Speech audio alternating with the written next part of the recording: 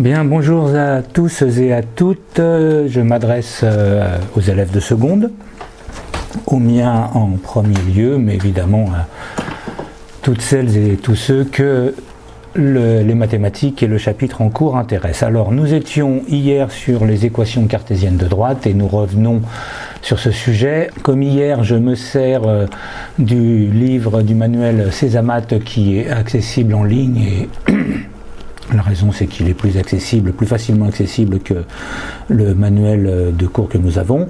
Et je reviens sur les équations cartésiennes en signalant, en parlant de vecteur directeur, du lien qu'il y a entre vecteur directeur et équation cartésienne. Donc hier, nous disions comment trouver une équation cartésienne de droite à l'aide d'un vecteur directeur, des coordonnées d'un vecteur directeur. Et ici, je vous donne une autre méthode qui consiste à remarquer, alors là c'est affiché sur GeoGebra, j'ai écrit que si nous avons une équation cartésienne de la forme AX plus BY plus C égale 0, alors le vecteur U de coordonnées moins BA est un vecteur directeur de cette droite. Dit comme ça, ça peut sembler un peu abscon, vous allez voir tout de suite l'intérêt que ça va avoir pour nous. Alors, je vais donc, hier on avait pris 3x plus 2y moins 5 égale 0, me semble-t-il. Non, c'était pas celle-là, mais ça va aller aussi. Oui, là voilà. Bon. Or, si je fais une analogie, j'identifie. Le A qu'il y a dans l'écriture AX plus BY plus C égale 0 que voici est évidemment le même A que celui que l'on retrouve dans les coordonnées du vecteur U. Cela veut dire que si je prends mon équation cartésienne 3x plus 2y moins 5 égale 0, le A c'est 3 et le moins B, ou plutôt le B c'est 2, donc moins B c'est moins 2. Donc si je dessine le vecteur de coordonnées, donc moins 2, 3, alors moins 2, 3, ça veut dire que si je pars de là, je vais là, 2 et 3, ici, eh bien, on voit bien que mon vecteur, effectivement, est directeur de la droite dont l'équation cartésienne est 3x plus 2y moins 5 égale 0.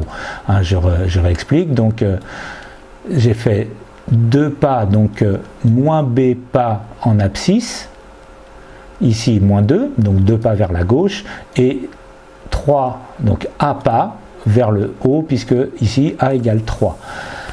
Je peux donc à partir de ça trouver une équation cartésienne. Alors si j'ai un vecteur de coordonnées, disons, allez, un vecteur de coordonnées 2 et 3. C'est ça. Est-ce que c'est bien je vais afficher la grille. Ce sera plus simple, voilà. Non, c'était pas tout à fait ça. Donc si j'ai mon vecteur, voilà, 2 et 3, le voici.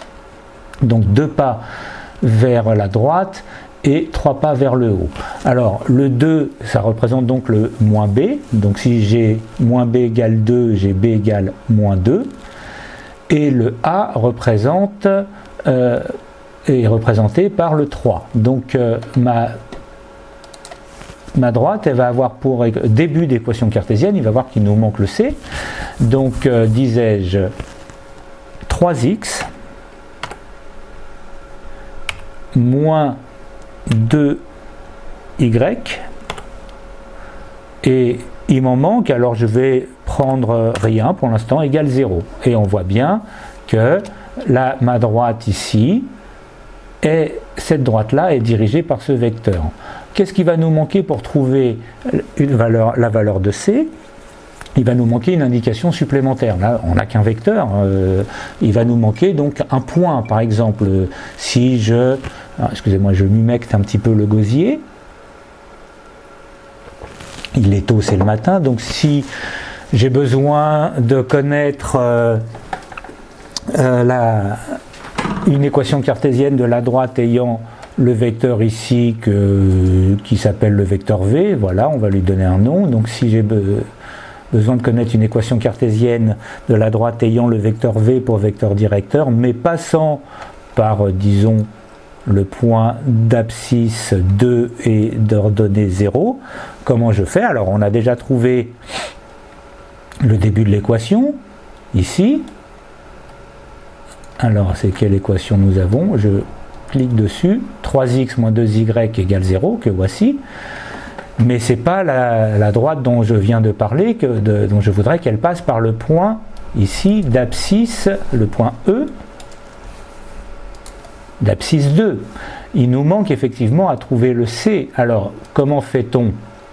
Je remplace x par l'abscisse de E, y par l'ordonnée de E, il me reste le plus C dans cette équation qui est là, et je trouve le plus C. Alors ça va nous faire quoi mentalement?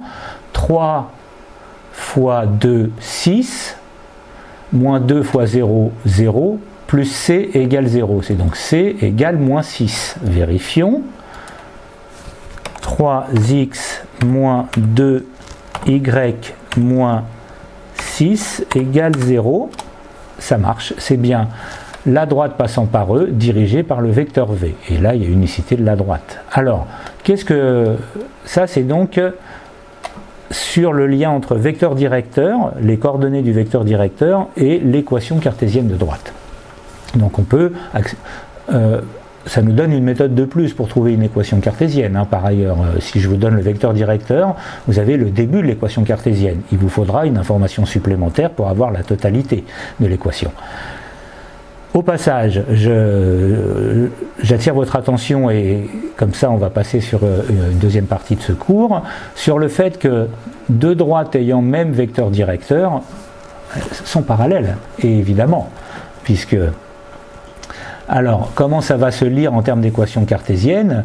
Ça veut dire qu'elles vont avoir effectivement, on regarde cette partie-là donc dans le cours, je voulais attirer votre attention là-dessus, c'est ce qu'on appelle la position relative de deux droites. Deux droites du plan peuvent être soit séquentes, soit parallèles, ou soit confondues. Vous vous souvenez de ça? Ça remonte au collège. Alors ça veut dire qu'elles sont soit elles se coupent, soit elles sont parallèles, et elles n'ont absolument aucun point d'intersection en commun, soit elles ont plus de 2 points d'intersection communs, et elles sont confondues. Donc ça se caractérise par le nombre de points d'intersection. Si elles ont un point et un seul, elles sont séquentes. Si elles n'ont aucun point, elles sont parallèles strictement. Et si elles ont plus de 2 points, autrement dit, si elles ont une infinité de points, elles sont confondues. Alors, ça, c'est un petit retour. Mais à l'aide des équations cartésiennes que voici, ax plus by plus c égale 0, équation cartésienne d'une droite, et a'x plus b'y plus c' égale 0, équation cartésienne d'une autre droite. Comment caractériser le parallélisme? Ça veut dire, peut-on savoir, en regardant et en effectuant un petit calcul à l'aide de sur ces équations cartésiennes de droite, peut-on savoir si les droites sont parallèles? Si je ne vous avais pas posé la question, la réponse est dans la question. Si je vous la pose, c'est que la réponse est oui. Alors, je vous lis. Deux droites d'équation cartésienne ax plus by plus c égale 0 et a'x plus b'y plus c' égale 0 sont parallèles si et seulement si ab' moins b'a égale 0. On reconnaît quelque chose qu'on a déjà utilisé dans les vecteurs et qu'on appelle le déterminant. Effectivement, on considère AB, les coordonnées AB, les coordonnées A', B', et on multiplie A fois B', B fois A', on effectue la soustraction si elle est égale à 0. Cela veut dire que les droites sont parallèles. Cela veut dire que les vecteurs sont collinéaires. Cela veut dire que les coordonnées des vecteurs directeurs moins BA et moins B', A', sont proportionnelles. Cela veut donc dire que le tableau moins BA moins B' A' est un tableau de proportionnalité. Alors je vous affiche ça ici en commande latex. Alors je vais prendre une petite matrice, celle-ci. Donc on a moins B, A, et là je disais moins B', A'. Donc, il n'est pas dans le bon sens. Donc, moins B, ici c'est un A. Là, c'est donc un moins B'. Et là, c'est un donc moins BA, moins B', A'. Voilà. Alors, cela veut dire que cette matrice-là, ce tableau, qui représente les coordonnées des deux vecteurs directeurs, moins BA, moins B', A', si les droites sont parallèles, alors ce tableau-là est un tableau de proportionnalité. Cela veut dire que moins B fois A', moins B' fois A égale 0. On peut le dire aussi sous la forme A fois B', moins A' fois B égale 0. Il y a plusieurs manières de le dire. Alors, A fois B' moins B fois A' égale 0, c'est une manière. Il y a évidemment des petits jeux avec les signes, les simplifications, mais qui reviennent à dire ce que je suis en train de vous dire. Alors, A' moins A'B égale 0. Donc, moi, je préfère le dire sous la forme A' moins A'B égale 0. C'est une question de souvenir et de technique. Je viens de le dire dans un sens, c'est-à-dire que si les droites sont parallèles, alors ce nombre-là, AB' moins A'B égale 0, mais réciproquement, si ce nombre-là égale 0, si AB' moins A'B égale 0, alors les droites sont parallèles. Et on voit qu'on a une articulation entre les deux, qui est tout à fait cohérente avec ce qu'on a dit sur les vecteurs. Deux vecteurs sont collinaires si les coordonnées sont proportionnelles, si donc le tableau formé par les coordonnées est un tableau de proportionnalité, si donc. Hein, il y a plein de caractéristiques qui sont toutes équivalentes. Et ça c'est important, c'est-à-dire qu'on est d'une certaine manière en train de redire la même chose une 25e fois. Et c'est bien ça souvent les mathématiques, et c'est aussi un peu une de ces difficultés, c'est qu'on dit souvent la même chose autrement. J'attire votre attention sur l'explication, la démonstration qu'il donne, qui est plus une explication qu'une démonstration, mais comme disait Wittgenstein, si vous voulez voir ce que dit la démonstration, il faut voir la démonstration. C'est du bon sens. Donc les vecteurs U moins BA et U' moins B' A' sont des vecteurs directeurs des deux droites. Ça, c'est ce qu'on vient de voir. Elles sont parallèles si et seulement si ces vecteurs sont collinéaires. Ça, c'est aussi un petit peu intrinsèquement lié à la définition du vecteur. Hein. On dit que deux vecteurs sont collinaires s'ils ont même direction. Or, deux droites sont parallèles, ça veut dire qu'elles ont même direction. Les vecteurs directeurs de ces droites sont parallèles, de ces droites parallèles sont collinaires parce que la direction commune, c'est l'une des deux droites parallèles.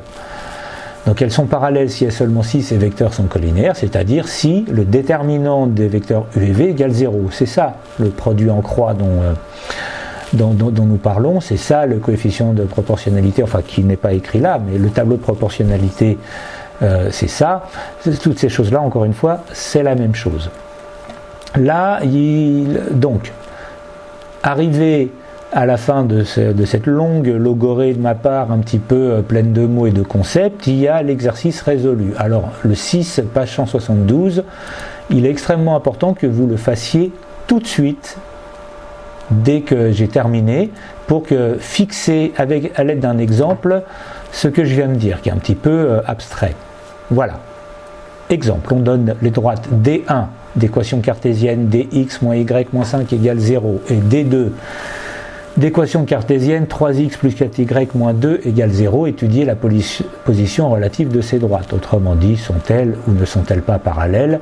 Si elles ne sont pas parallèles, elles sont soit séquentes, soit confondues. Bien que confondu soit un petit peu une forme de parallélisme au sens très large. Alors, on extrait donc les coefficients directeurs par lecture, donc dans l'équation cartésienne 2x moins y moins 5 égale 0, le coefficient directeur c'est moins 1, le coefficient directeur, excusez-moi, les coordonnées du vecteur directeur sont moins 1 et 2, donc on a 1 et 2, c'est le premier ici. Et là, dans 3x plus 4y moins 2 égale 0, c'est moins 4 et 3, puisque je rappelle, c'est moins BA. Donc on a les coordonnées des deux vecteurs directeurs, 1, 2 et moins 4, 3.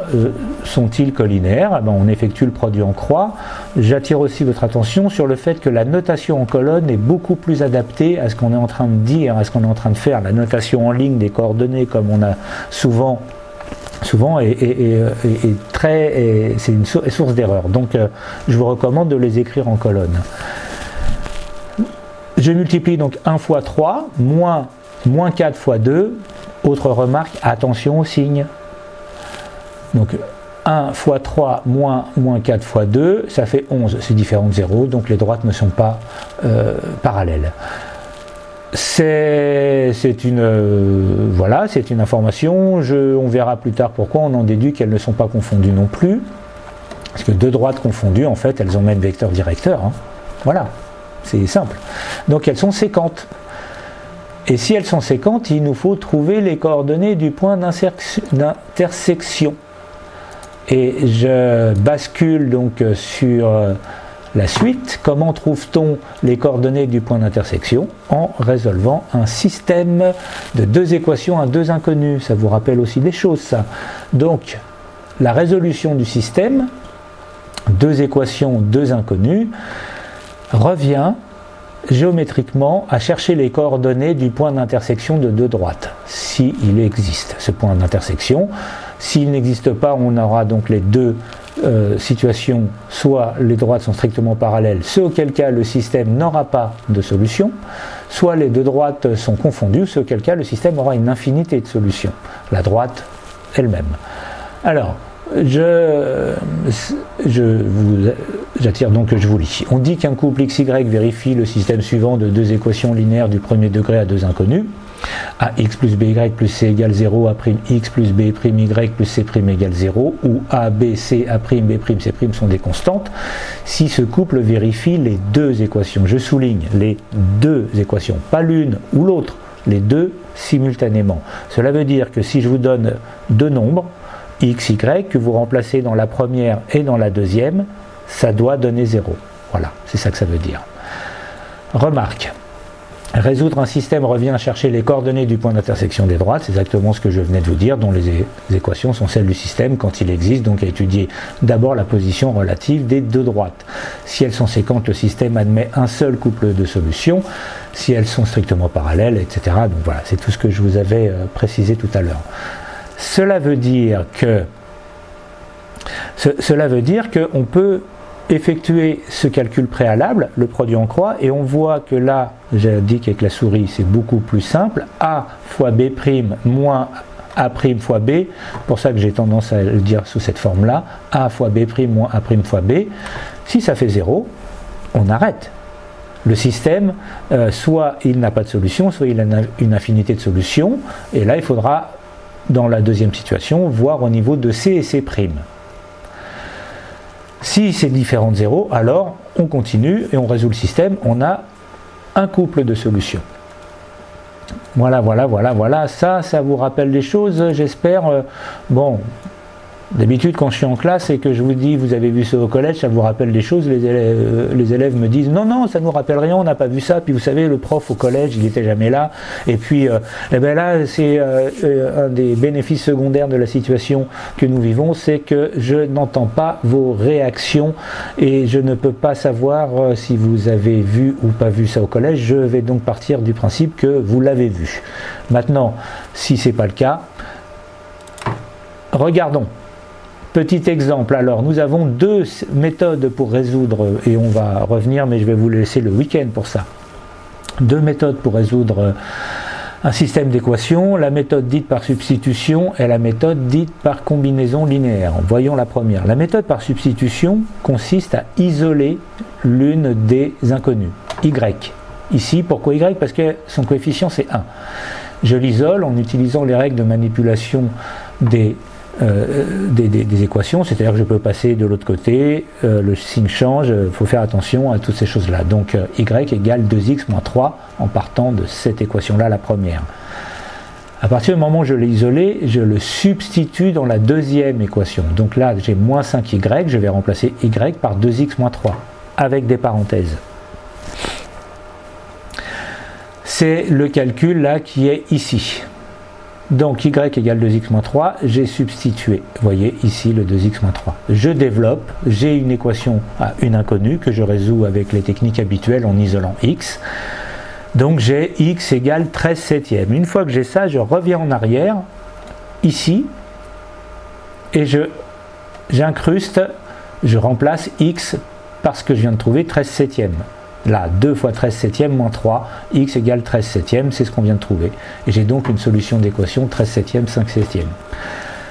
L'avantage de cette technique, les deux qu'on donne, c'est qu'elles nous permettent, elles nous garantissent qu'on a trouvé la seule modulo ce que j'ai dit avant. Voilà, puisque si vous vous souvenez, on devrait aussi parachever cette technique en vérifiant qu'on a les bonnes solutions. Ça ne va pas être la peine, puisqu'on sait qu'il n'y en a qu'une, on n'en a qu'une. Exercice résolu 7, page 173, qui vous mettez ça en pratique tout de suite. Donc le 7, page 173, le voici. Encore une fois, vous avez ici une correction, et après, vous avez des exercices d'application sans correction à mettre à faire par vous-même. Donc ça, c'est de la manipulation. Vous pouvez vérifier que vos solutions sont les bonnes. Alors c'est pas pour des raisons mathématiques, c'est juste pour vous, pour vérifier que vos solutions sont les bonnes. Il y a une deuxième technique qui est dite par combinaison linéaire. Alors la technique par combinaison linéaire, la voici, est un peu plus subtile. Résolution par combinaison. La voici. Cette méthode consiste à multiplier les deux équations par des nombres de telle manière qu'en additionnant les équations membre à membre, une inconnue s'élimine. C'est un peu compliqué. Regardez. J'ai là les coefficients devant x, 2 et 3. Coefficients devant y, 3 et moins 4. On va faire en sorte de faire disparaître le x. Comment? On va multiplier la première par 3, qui est le coefficient du x dans la deuxième. Et on va multiplier la deuxième par moins 2, qui est l'opposé du coefficient du x de la première. Ça va nous faire, après multiplication, 2 fois 3, 6, 3 fois moins 2, moins 6.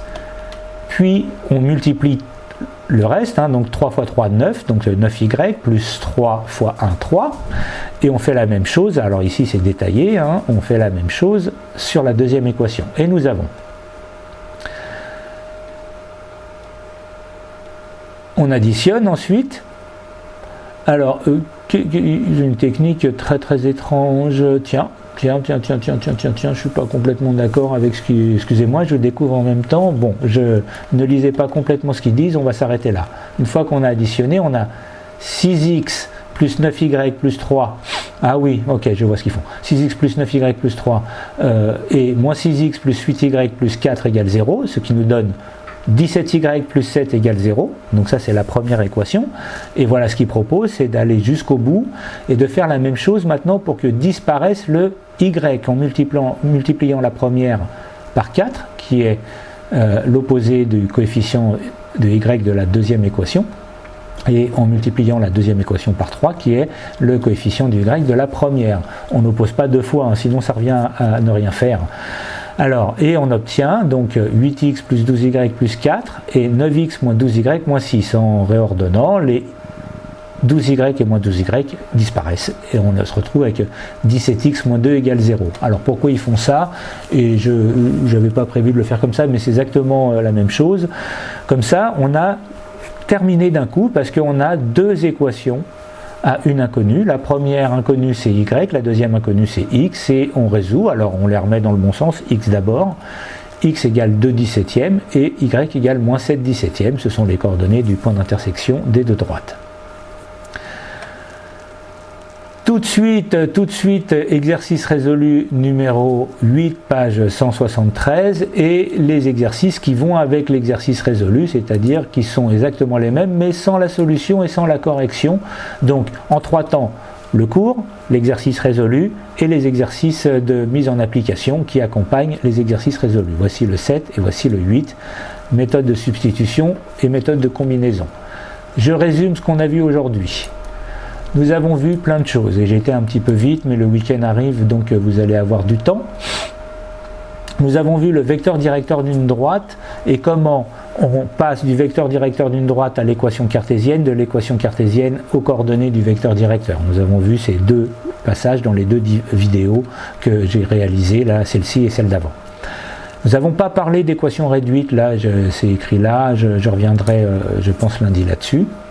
Nous avons parlé de position relative, comme quoi elle dépendait d'un calcul.